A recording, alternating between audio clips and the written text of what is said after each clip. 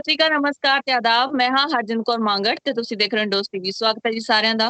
Bulletin ਦੀ ਸ਼ੁਰੂਆਤ ਕਰਦੇ ਹਾਂ ਜੀ। ਕੈਨੇਡਾ ਬੁਲੇਟਿਨ ਦੇ ਉੱਤੇ ਵਿਚਾਰ ਚਰਚਾ ਕਰਨ ਲਈ ਸਾਡੇ ਨਾਲ ਜੁੜ ਚੁੱਕੇ ਨੇ ਜੀ ਸੋਸ਼ਲ ਐਕਟਿਵਿਸਟ ਦੀਪਕ ਥਾਪਰ ਜੀ, ਜੋ ਕਿ ਸਾਡੇ ਨਾਲ ਇਸ ਸਮੇਂ ਵੀਡੀਓ ਕਾਲ ਰਾਹੀਂ ਮੌਜੂਦ ਨੇ। ਕਰਦੇ ਹਾਂ ਜੀ ਉਹਨਾਂ ਦਾ ਸਵਾਗਤ। ਦੀਪਕ ਥਾਪਰ ਜੀ, ਬਹੁਤ-ਬਹੁਤ ਸਵਾਗਤ ਹੈ ਤੁਹਾਡਾ।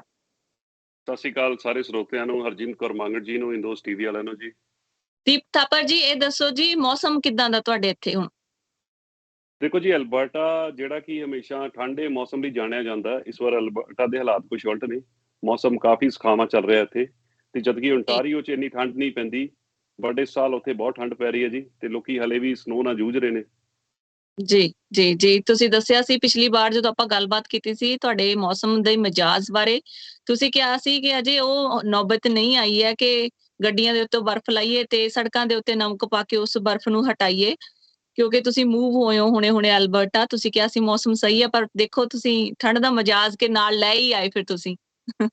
ਹਾਂਜੀ, ਇਸ ਵਾਰ ਮੈਨੂੰ ਸਾਰੇ ਸਗੋਂ ਕਹਿੰਦੇ ਪਏ ਨੇ ਕਿ ਵੀ ਤੁਸੀਂ ਅਲਬਰਟਾ ਆਏ ਹੋ, ਮੈਂ ਇੱਕ ਪ੍ਰੋਜੈਕਟ ਤੇ ਕੰਮ ਕਰ ਰਿਹਾ, ਵੀ ਤੂੰ ਬਰੈਂਪਟਨ ਵਾਲਾ ਮੌਸਮ ਨਾਲ ਲਿਆ ਆਇਆ, ਓਨਟਾਰੀਓ ਵਾਲਾ, ਤੇ ਇੱਧਰ ਵਾਲਾ ਉੱਧਰ ਭੇਜਤਾ। ਇਹ ਜੀ ਕੁਦਰਤੀ ਹੈ ਜੀ। ਤੇ ਆਪਾਂ ਹੌਸਲਾ ਲੈ ਲਈਦਾ ਥੋੜਾ ਜਿਹਾ ਵੀ, ਹਾਂ ਸਾਰੇ ਕਹਿੰਦੇ ਨੇ ਸਾਡੇ ਕਰਕੇ ਹੀ ਹੈ। ਜੀ ਦੀਪਕ ਜੀ, ਇੱਕ ਵੱਡੀ ਖਬਰ ਆ ਰਹੀ ਹੈ ਜੀ ਕੈਨੇਡਾ ਵੱਲੋਂ। ਜਦੋਂ ਬੱਚੇ ਇੰਡੀਆ ਤੋਂ ਕੈਨੇਡਾ ਜਾਂਦੇ ਸਨ ਤਾਂ ਉਹਨਾਂ ਨੂੰ ਕੋਵਿਡ ਟੈਸਟ ਕਰਵਾਉਣਾ ਪੈਂਦਾ ਸੀ। ਉਹਦੇ ਬਹੁਤ ਸਾਰੇ ਜਿਹੜੇ ਪੇਪਰ ਵਰਕ ਹੁੰਦਾ ਸੀ ਉਹ ਭਰਨਾ ਪੈਂਦਾ ਸੀ, ਤਦ ਜਾ ਕੇ ਕਿਤੇ ਕੈਨੇਡਾ ਦੇ ਵਿੱਚ ਐਂਟਰੀ ਮਿਲਦੀ ਸੀ। ਹੁਣ ਵੱਡੀ ਖਬਰ ਆ ਰਹੀ ਹੈ ਕਿ 1 ਅਪ੍ਰੈਲ ਤੋਂ ਇਹ ਜਿਹੜੇ ਸਾਰੇ ਟੈਸਟ ਕੋਵਿਡ ਦੀ ਟੈਸਟ ਹੈ ਉਹ ਸ਼ਰਤ ਨਹੀਂ ਰੱਖੀ ਜਾਵੇਗੀ। ਸੋ ਕੀ ਸਰਕਾਰ ਨੇ ਹਦਾਇਤਾਂ ਨਵੀਆਂ ਲਾਗੂ ਕੀਤੀਆਂ ਨੇ ਜੀ ਕਿ ਵੈਕਸੀਨੇਸ਼ਨ ਦੇ ਸਰਟੀਫਿਕੇਟ ਵੀ ਦਿਖਾਉਣ ਦੀ ਜ਼ਰੂਰਤ ਨਹੀਂ ਹੋਵੇਗੀ? ਦੇਖੋ ਜੀ, ਬਹੁਤ ਵੱਡੀ ਰਾਹਤ ਦੀ ਖਬਰ ਆਈ ਹੈ ਜੀ 1 ਅਪ੍ਰੈਲ ਤੋਂ ਜੋ ਲਾਗੂ ਹੋਣ ਜਾ ਰਿਹਾ। ਪਹਿਲਾਂ ਜਿਹੜੇ ਟੈਸਟ ਕਰਾਉਣੇ ਪੈਂਦੇ ਸੀ ਉਹ ਕਾਫੀ ਮਹਿੰਗੇ ਟੈਸਟ ਸੀਗੇ, ਕਦੀ ਇੱਥੇ ਕਰਾ ਕੇ ਆਓ ਜੀ, ਇੱਥੇ ਕਰਾਉਣੇ ਪੈਂਦੇ ਸੀ। ਉਹ ਹੁਣ ਉਹਨਾਂ ਨੇ ਕਿਹਾ ਇਹ ਲਾਜ਼ਮੀ ਨਹੀਂ ਹੈਗਾ, ਬਟ ਹਲੇ ਵੀ ਵੈਕਸੀਨੇਸ਼ਨ ਪ੍ਰੂਫ ਨੂੰ ਉਹਨਾਂ ਨੇ ਲਾਜ਼ਮੀ ਰੱਖਿਆ, ਤੇ ਇਨ ਫਿਊਚਰ ਉਹ 'ਚ ਵੀ ਥੋੜੀ ਢੀਲ ਦਿੱਤੀ ਜਾਣ ਦੀ ਉਮੀਦ ਹੈਗੀ ਹੈ। ਕਿਉਂਕਿ ਦੇਖੋ ਬਹੁਤ ਵੱਡਾ ਜਿਹੜਾ ਆਵਾਜਾਈ ਇੱਕ ਜਿਹੜਾ ਆਮਦਨੀ ਦਾ ਸਰੋਤ ਹੈ ਜੀ, ਉਹ ਸਾਡੇ ਪੰਜਾਬ ਤੋਂ ਬੇਸਿਕਲੀ ਜਾਂ ਇੰਡੀਆ ਤੋਂ ਬਹੁਤ ਲੋਕੀ ਟਰੈਵਲ ਕਰਦੇ ਨੇ। ਤੇ ਇਹ ਖਬਰ ਆਉਣ ਨਾਲ ਆਪਣੇ ਪੰਜਾਬੀਆਂ 'ਚ ਬਹੁਤ, ਕਹਿ ਲਓ ਵੀ ਉਹ ਬਹੁਤ ਖੁਸ਼ ਨੇ, ਕਿਉਂਕਿ ਟੈਸਟਾਂ ਕਰਕੇ ਵੀ ਕਈ ਵਾਰੀ ਇੱਕ ਤਾਂ ਟਿਕਟਾਂ ਪਹਿਲਾਂ ਹੀ ਬਹੁਤ ਮਹਿੰਗੀਆਂ ਨੇ, ਉਸ ਟੈਸਟ ਕਰਕੇ ਵੀ ਹੋਰ ਜਿਹੜੀ ਉਹਦੀ ਕੀਮਤ ਨੂੰ 'ਚ ਇਜ਼ਾਫਾ ਹੋ ਰਿਹਾ ਸੀਗਾ। ਤੇ ਬਹੁਤ ਵਧੀਆ, ਇਹ ਹੁਣ 1 ਅਪ੍ਰੈਲ ਤੋਂ ਲਾਗੂ ਹੋ ਜਾਣਾ ਜੀ ਇਹ ਰੂਲ। ਦੀਪਕ ਜੀ, ਜਿੱਥੇ ਚੰਗੀਆਂ ਖਬਰਾਂ ਹੁੰਦੀਆਂ ਨੇ ਉੱਥੇ ਮਾੜੀਆਂ ਖਬਰਾਂ ਵੀ ਸੁਭਾਵਿਕ ਹੀ ਨੇ ਕਿ ਚਾਰੇ ਪਾਸੋਂ ਸਾਨੂੰ ਸੁਣਨ ਨੂੰ ਮਿਲਦੀਆਂ ਨੇ। ਇੱਕ ਪਾਸੇ ਤਾਂ ਰੂਸ ਤੇ ਯੂਕਰੇਨ ਦਾ ਜਿਹੜਾ ਜੰਗ ਲੱਗਿਆ ਹੋਇਆ, ਦੂਜੇ ਪਾਸੇ ਹੁਣ ਕੈਨੇਡਾ ਦੇ ਵਿੱਚ ਜੇਕਰ ਦੇਖਿਆ ਜਾਵੇ ਤੇ ਹਾਦਸਿਆਂ ਦਾ ਭਰਮਾਰ ਹੋ ਰਹੀ ਆ। ਆਸਟ੍ਰੇਲੀਆ ਦੇ ਵਿੱਚ ਦੇਖਿਆ ਜਾਵੇ ਤਾਂ ਹੜ੍ਹਾਂ ਦੀ ਭਰਮਾਰ ਹੋ ਰਹੀ ਆ। ਉੱਤੋਂ ਆਸਟ੍ਰੇਲੀਆ ਦੇ ਚੀਨ ਦੇ ਨਾਲ ਵੀ ਮਸਲੇ ਬਹੁਤ ਸਾਰੇ ਹੋ ਰਹੇ ਨੇ। ਆਉਣ ਵਾਲੇ ਸਮੇਂ ਦੇ ਵਿੱਚ ਦੱਸਿਆ ਜਾ ਰਿਹਾ ਕਿ ਨਤੀਜੇ ਚੰਗੇ ਨਹੀਂ ਹੋਣਗੇ। ਕੈਨੇਡਾ ਦੀ ਗੱਲ ਹੋ ਰਹੀ ਹੈ ਜੀ, ਹਾਦਸਿਆਂ ਦਾ ਸ਼ਹਿਰ ਬਣਦਾ ਜਾ ਰਿਹਾ ਜੀ। ਕੈਨੇਡਾ ਦੇ ਵਿੱਚ ਦੱਸਿਆ ਜਾ ਰਿਹਾ ਕਿ ਕਮਲਜੀਤ ਸਿੰਘ ਨਾਂ ਦਾ ਇੱਕ ਮੁੰਡਾ 25 ਸਾਲ ਦਾ, ਜੋ ਉਸਦੇ ਵਾਰੰਟ ਜਾਰੀ ਹੋਏ ਨੇ ਜੀ। ਕੀ ਹੈ ਪੂਰੀ ਘਟਨਾ, ਕਿਉਂ ਹੋਏ ਨੇ ਵਾਰੰਟ ਜਾਰੀ, ਕੀ ਕੀਤਾ ਉਸਨੇ? ਦੇਖੋ ਜੀ, ਜਿਹੜੇ ਹਾਦਸੇ ਨੇ ਇਹ ਹੋ ਜਾਂਦੇ ਨੇ, ਕਈ ਵਾਰੀ ਬੰਦੇ ਦੀ ਗਲਤੀ ਨਹੀਂ ਹੁੰਦੀ ਜਾਂ ਗਲਤੀ ਹੁੰਦੀ ਹੈ, ਉਹ ਸਾਰੀਆਂ ਬਾਅਦ 'ਚ ਨੂੰ ਜਿਹੜੀ ਇਨਵੈਸਟੀਗੇਸ਼ਨ ਹੁੰਦੀ ਹੈ ਉਹ ਤੋਂ ਬਾਅਦ ਪਤਾ ਲੱਗਦਾ। ਬਟ ਜਦੋਂ ਆਪਾਂ ਕੋਈ ਹਾਦਸਾ ਵਾਪਰਦਾ ਜਾਂ ਐਕਸੀਡੈਂਟ ਹੁੰਦਾ, ਜਦੋਂ ਆਪਾਂ ਉੱਥੇ ਰੁਕਦੇ ਨਹੀਂ, ਭੱਜ ਜਾਂਦੇ ਆ, ਉਹ ਇੱਕ ਜੀ ਨਵੀਂ ਪ੍ਰੋਬਲਮ ਖੜੀ ਕਰ ਦਿੰਦਾ। ਇਹ ਗੱਲ ਹੂੰ ਹੈਗੀ ਜੀ ਜੁਲਾਈ 3 2021 ਦੀ। ਕਮਲਜੀਤ ਨਾਮ ਦਾ ਮੁੰਡਾ ਆਪਣੀ ਗੱਡੀ ਤੇ ਜਾ ਰਿਹਾ ਸੀ, ਤੇ ਬਰੈਂਪਟਨ ਜੀ ਸ਼ਹਿਰ ਦੇ ਵਿੱਚ ਇਹਨਾਂ ਦੀ ਟੱਕਰ ਹੋਈ। 59 ਸਾਲਾ ਵਿਅਕਤੀ, ਉਸ ਟੱਕਰ 'ਚ ਉਹਨਾਂ ਦੀ ਮੌਤ ਹੋਈ ਹੈ ਜੀ। ਤੇ ਇਹ ਉਹ ਹੂੰ ਹਾਦਸੇ ਤੇ ਰੁਕੇ ਨਹੀਂ ਤੇ ਉੱਥੋਂ ਭੱਜ ਗਏ ਜੀ।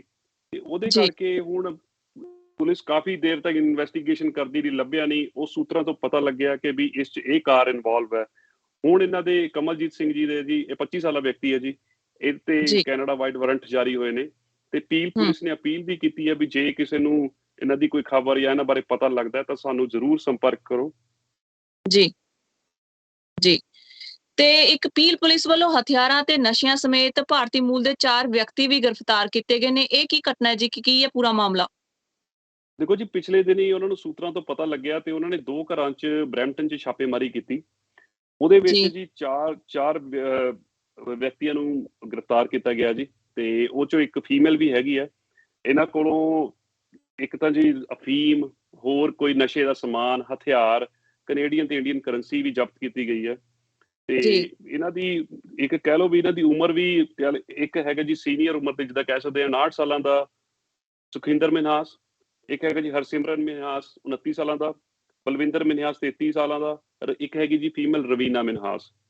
ਹੂੰ। ਤੇ ਹੁਣ ਇਹਨਾਂ ਤੇ ਮੁਕੱਦਮਾ ਚੱਲ ਰਿਹਾ ਜੀ, ਤੇ ਹੋਰ ਇਨਵੈਸਟੀਗੇਸ਼ਨ ਹੋਣੀ ਬਾਕੀ ਹੈ ਜੀ, ਅੱਗੇ ਕੀ ਆਉਂਦਾ।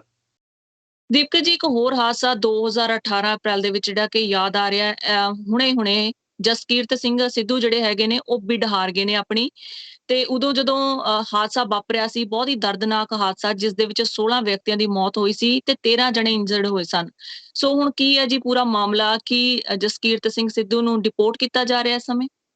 ਅਪ੍ਰੈਲ 6 2018 ਨੂੰ ਸਾਡੇ ਕੈਨੇਡੀਅਨ ਹਿਸਟਰੀ 'ਚ ਕਾਲਾ ਦਿਨ ਕਿਹਾ ਗਿਆ ਹੈ, ਕਿਉਂਕਿ ਇਸ ਦਿਨ ਇੱਕ ਬਹੁਤ ਵੱਡਾ ਹਾਦਸਾ ਵਾਪਰਿਆ ਸੀ ਐਕਸੀਡੈਂਟ ਦੇ ਰੂਪ 'ਚ। ਇਹਦੇ 'ਚ ਜੀ ਜੂਨੀਅਰ ਹਾਕੀ ਟੀਮ ਦੇ 16 ਬੱਚੇ ਮਾਰੇ ਗਏ ਸੀਗੇ, 13 ਉਸ 'ਚ ਇੰਜਰਡ ਹੋਏ ਸੀ। ਇਹ ਹਾਦਸੇ ਦੀ ਜ਼ਿੰਮੇਵਾਰੀ ਜਸਕੀਰਤ ਸਿੰਘ ਸਿੱਧੂ ਦੇ ਖਾਤੇ ਪਾਈ ਗਈ ਹੈ, ਕਿਉਂਕਿ ਉਹ ਉਸ ਟਾਈਮ ਉਹ ਟਰੈਕਟਰ ਟ੍ਰੇਲਰ ਚਲਾ ਰਹੇ ਸੀ ਤੇ ਉਹਨਾਂ ਨੇ ਇੱਕ ਸਟਾਪ ਸਾਈਨ ਮਿਸ ਕੀਤਾ ਹਾਈਵੇ 35 ਤੇ ਹਾਈਵੇ 335 ਤੇ, ਜਿਹੜਾ ਕਿ ਸੈਸਕੈਚੁਆਨ 'ਚ ਹੈਗਾ, ਤੇ ਉਹਨਾਂ ਦੀ ਬੱਸ ਦੇ ਨਾਲ ਟੱਕਰ ਹੋਈ ਤੇ ਉਹ ਪੂਰੀ ਟੀਮ ਤੇ 16 ਬੱਚੇ ਤਾਂ ਥਾਂ ਹੀ ਮੌਤ ਹੋ ਗਈ ਸੀਗੀ ਜੀ, 13 ਬਹੁਤ ਜ਼ਿਆਦਾ ਜ਼ਖਮੀ ਸੀਗੇ। ਤੇ ਇਹਨਾਂ ਦਾ ਸੈਂਟੈਂਸ ਚੱਲਿਆ ਜੀ, ਫਿਰ ਇਹਨਾਂ ਨੂੰ 2019 ਚ ਸਜ਼ਾ ਹੋਈ ਤੇ ਇਹਨਾਂ ਨੇ ਪਹਿਲੀ ਬਿਡ ਪਾਈ ਸੀਗੀ, ਕਿਉਂਕਿ ਇਹਨਾਂ ਨੂੰ ਕਿਹਾ ਜਾ ਰਿਹਾ ਸੀਗਾ ਵੀ ਇਹ ਪਰਮਾਨੈਂਟ ਰੈਜ਼ੀਡੈਂਟ ਨੇ ਤੇ ਇਹਨਾਂ ਨੂੰ ਡਿਪੋਰਟ ਕਰਾਂਗੇ ਇਹਨਾਂ ਆਪ ਸੈਂਟੈਂਸ ਤੋਂ ਬਾਅਦ।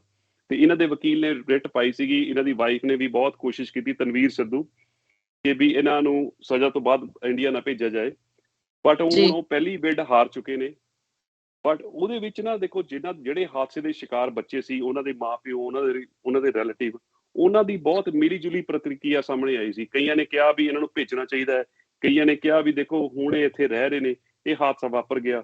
ਕਈਆਂ ਨੇ ਇਹ ਵੀ ਕਿਹਾ ਸੀ ਵੀ ਇਹਨਾਂ ਨੂੰ ਮਾਫ ਕਰ ਦੇਣਾ ਚਾਹੀਦਾ। ਬਟ ਦੇਖੋ ਕਾਨੂੰਨ ਹੈ ਤੇ ਹੁਣ ਇਹ ਸਜ਼ਾ ਭੁਗਤ ਰਹੇ ਨੇ। ਇਹ 'ਚ ਬਹੁਤ ਕਹਿ ਲਓ ਵੀ ਬਹੁਤ ਜ਼ਿਆਦਾ ਜਾਨੀ ਮਾਲੀ ਨੁਕਸਾਨ ਹੋਇਆ, ਕਿਉਂਕਿ ਉਹ ਜਿਹੜੀ ਕੈਨੇਡਾ ਦੇ ਵਿੱਚ ਜਿਹੜੀ ਹਾਕੀ ਹੈ ਜੀ, ਇਹਨੂੰ ਜਦੋਂ ਤੁਸੀਂ ਕਹਿ ਲਓ ਇੰਡੀਆ ਆਸਟ੍ਰੇਲੀਆ ਦੇ ਵਿੱਚ ਆਪਾਂ ਕ੍ਰਿਕਟ ਨੂੰ ਦੇਖਦੇ ਹਾਂ, ਤੇ ਇਹਨੂੰ ਉਹ ਦਰਜਾ ਦਿੱਤਾ ਗਿਆ ਇਸ ਗੇਮ ਨੂੰ। ਤੇ ਉਹ ਜਿਹੜੇ ਪਲੇਅਰ ਸੀਗੇ, ਉਹ ਆਉਣ ਵਾਲੇ ਟਾਈਮ ਸਾਡੀ ਨੈਸ਼ਨਲ ਟੀਮ ਦਾ ਫਿਊਚਰ ਹੋ ਸਕਦੇ ਸੀ, ਉਹਦਾ ਹਿੱਸਾ ਹੋ ਸਕਦੇ ਸੀ। ਤੇ ਉਹ ਚੀਜ਼ਾਂ ਜਦੋਂ ਸਾਰੇ ਦੇਖਦੇ ਨੇ ਤੇ ਬਹੁਤ ਜ਼ਿਆਦਾ ਵੱਡਾ ਨੁਕਸਾਨ ਗਿਣਿਆ ਗਿਆ, ਤੇ ਉਹ ਕੈਨੇਡੀਅਨ ਹਿਸਟਰੀ 'ਚ ਉਹਨੂੰ ਕਾਲਾ ਦਿਨ ਵੀ ਕਹਿੰਦੇ ਨੇ ਜੀ। ਦੀਪਕ ਸਾਹਿਬ, ਹੁਣ ਜਿਵੇਂ ਇਹ ਬਿਡ ਹਾਰ ਗਏ ਨੇ, ਕੀ ਦੁਬਾਰਾ ਅਪੀਲ ਪਾ ਸਕਦੇ ਨੇ? ਜਿਵੇਂ ਤੁਸੀਂ ਦੱਸਿਆ ਕਿ 8 ਸਾਲਾਂ ਦੀ ਸੈਂਟੈਂਸ ਵੀ ਸੁਣਾਈ ਗਈ ਹੈ ਇਹਨਾਂ ਨੂੰ, ਤੇ ਮੁੜ ਕੇ ਡਿਪੋਰਟ ਕਰਨ ਦੀਆਂ ਵੀ ਖਬਰਾਂ ਆ ਰਹੀਆਂ ਨੇ। ਕੀ ਪਰਿਵਾਰ ਉਹਨਾਂ ਦਾ, ਕੀ ਬੱਚੇ ਵਗੈਰਾ ਹੈਗੇ ਨੇ ਜੀ, ਕਿੰਨੇ ਸਾਲਾਂ ਤੋਂ ਰਹਿ ਰਹੇ ਨੇ, ਤੇ ਉਹਨਾਂ ਦੇ ਜਿਹੜੇ ਵਾਈਫ ਹੈਗੇ ਨੇ, ਉਹਨਾਂ ਦਾ ਸਟੇਟਸ ਕੀ ਹੈ? ਦੇਖੋ ਜੀ, ਉਹਨਾਂ ਦੇ ਵਾਈਫ ਕੈਨੇਡੀਅਨ ਸਿਟੀਜ਼ਨ ਨੇ। ਆਈ ਥਿੰਕ ਹਾਲੇ ਉਹਨਾਂ ਦੇ ਬੱਚਿਆਂ ਦੇ ਬਾਰੇ ਨਹੀਂ ਪਤਾ ਲੱਗ ਸਕਿਆ, ਤੇ ਉਹ ਥੋੜੀ ਪ੍ਰਾਈਵੇਸੀ ਇਸ਼ੂ ਹੁੰਦਾ ਜੀ, ਆਪਾਂ ਸ਼ੇਅਰ ਨਹੀਂ ਕਰ ਸਕਦੇ। ਤੇ ਬਟ ਇਹ ਪਰਮਾਨੈਂਟ ਰੈਜ਼ੀਡੈਂਟ ਸੀਗੇ।